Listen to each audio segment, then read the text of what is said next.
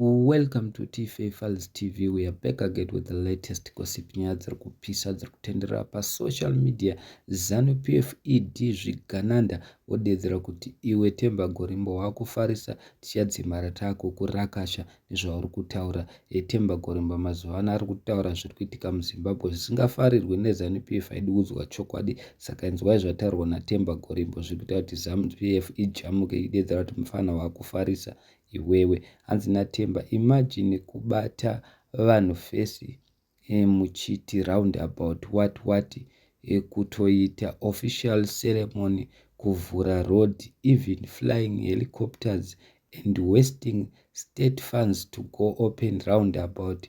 MuSouth Africa umorama haangasimuki kupinda Pitori kuda kuopena maroads kunovhura munzira sezvamakaita. Okay, but not South Africa.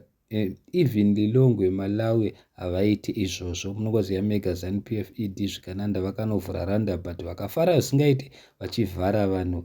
Asi vanhu vanombobudawo kunze kwenyika vanyatsoziva kuti hapana zvakadaro. Maroundabout iyoyi yakaitwa kuZimbabwe yavakagadzira muSouth Africa ijawi. Saka ndozvanga zvichiexplainwa naTemba Gorimbo zvisina kufadza ZANU-PF. Temba Gorimbo aenderera mberi akati road should be a natural progression and not something to celebrate, making small things look big so the masses don't see the real problem. Ndozvavanoita vanhu veZANU-PF. Zvinhu zvidiki vanozviita zvinhu zvihombe, asi ZANU-PF ED zvigananda yapindura youth league yachona.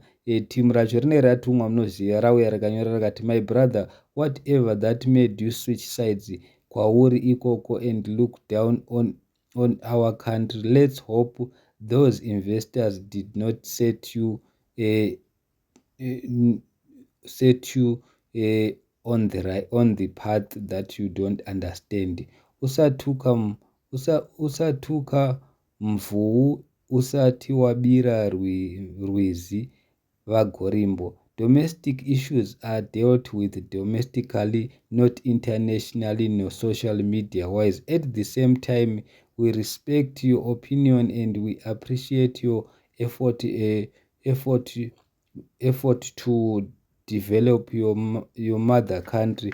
Every good deed not go unnoticed. Don't resort to political comments to have a big fan base or any other reasons. Don't paint every Zimbabwe with the same brush.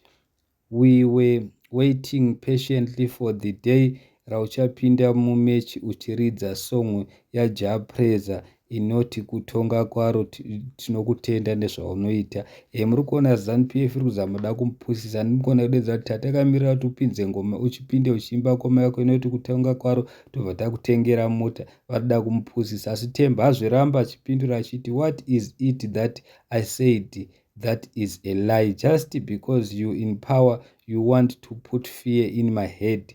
I have seen many Zimbabweans live in pain but have no option yet. You guys think opening roundabout in Zimbabwe is an achievement. Take the money you trying to buy the celebrities with cars and put it into hospitals, schools and etc. You are cowards and greedy. Zvabva tinoswera tichitaura kuti zvinoitwa neZANU-PF is not very good. Saka Temba apataura chokwadi chemhara chinorwadza. ZANU-PF haidi kuudzwa chokwadi. Mari dzese dzavari kutengera vanhu mota idzi dzinogona ngoshanda kugadzirisa nyika yeZimbabwe. Thank you so much.